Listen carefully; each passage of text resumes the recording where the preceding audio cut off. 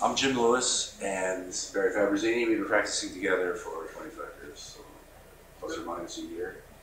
And we've had an interesting voyage in the world of dry eye.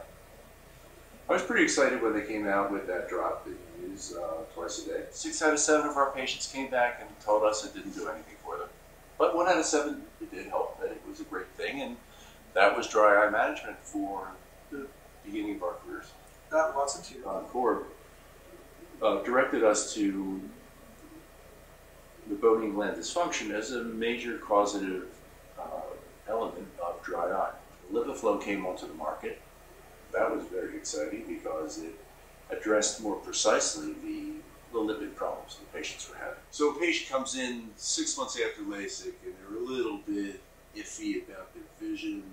When everything looks good, your toe pod looks good, your refraction's good, and you throw a little lissamine green in there, and they stain a little wee bit, and they have a little injection, and they say, listen, I'm pretty good when I first get up in the morning, but as the day goes on, my vision deteriorates. You know, in the old days, we'd throw them on some tears or put some plugs in, and that would help a little bit. Increase that lipid layer, that oil layer. It's the most beneficial of all. Not everybody on the street corner has one of these, and you're creating a niche for these desperate dry eye patients who have been to the doctors with the cyclosporin, the plugs, and the tears, and yeah, they're a little better, but they're not perfect. And so that's where the MIBO comes in, that if you can do something a little bit different than the average bear and get a little bit more supportive therapy. I'm not saying that the other things aren't also an integral part, but again, if you can produce something that's a little different, that's holistic, that's relative in cost, you can certainly, it's a big practice builder. Patient that likes it. And when the patient tells other patients, or the patient comes back in 6 months, I have patients, we've had almost a year now, patients are coming back in 8 months, 9 months, 6 months for touch-ups. Hey, I need a little bit more. They're telling me they need a little bit more. They get away from their high compress and they don't do what they should do to maintain. Back they come for the MIBO because it tweaks them up. How about the post-LipiFlow patients? Patients who have had LipiFlow, are they good for life? Good for life, and that's probably the problem with it, and that's what's nice about the MIBO, is that it's a lot easier to repeat and be more of a maintenance type thing. You know, nothing's good for life in terms of, there's a reason that those glands clogged in the first place, so whatever's going on with clogging those glands and not functioning is probably a chronic or repetitive thing. So that's what's nice about the MIBO, you can repeat it much more economically than you could a LipiFlow every 6 months. Or is it as good as the actual mechanical squeezing? Probably not, but I'm telling you, when you apply enough pressure and you manipulate that probe around, you do get a little milking of those glands. They do. They absolutely do. Because I know when I'm done, I have to clean it all off. I mean, they're gooey.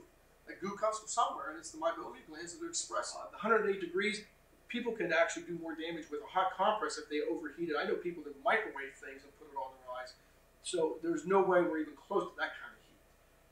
So as far as safety goes, I'm very confident in the safety of it. It's a very calibrated machine that only delivers the 108 at a constant temperature. The point about the microwave is fantastic. It never occurred to me how hot those things can actually get. I've treated microwave burns. People with good intentions, I've treated microwave burns to the and also to the corneas because of the high heat. That is steam coming out of there. And I don't know what the temperature is, but I can tell you it's a lot more than 108. That's what's nice about the MIBO. It's a constant heat.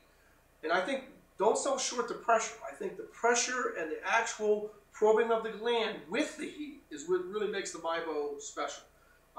It's a concentrated heat plus pressure with you're actually milking the glands. We're expressing. In the old days, we used to take Q-tips and do it. You're basically taking Q-tips with heat now.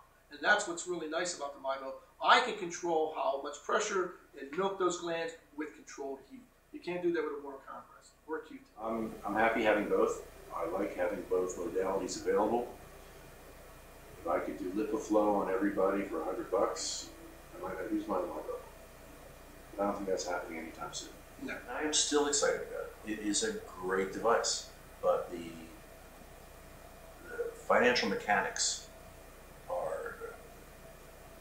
we're always insurmountable as far as I'm concerned, because I don't want to take cataracts out only in rich people, and I don't want to take care of dry eye only in rich people, because I don't have a rich people only practice. I don't think I even want one.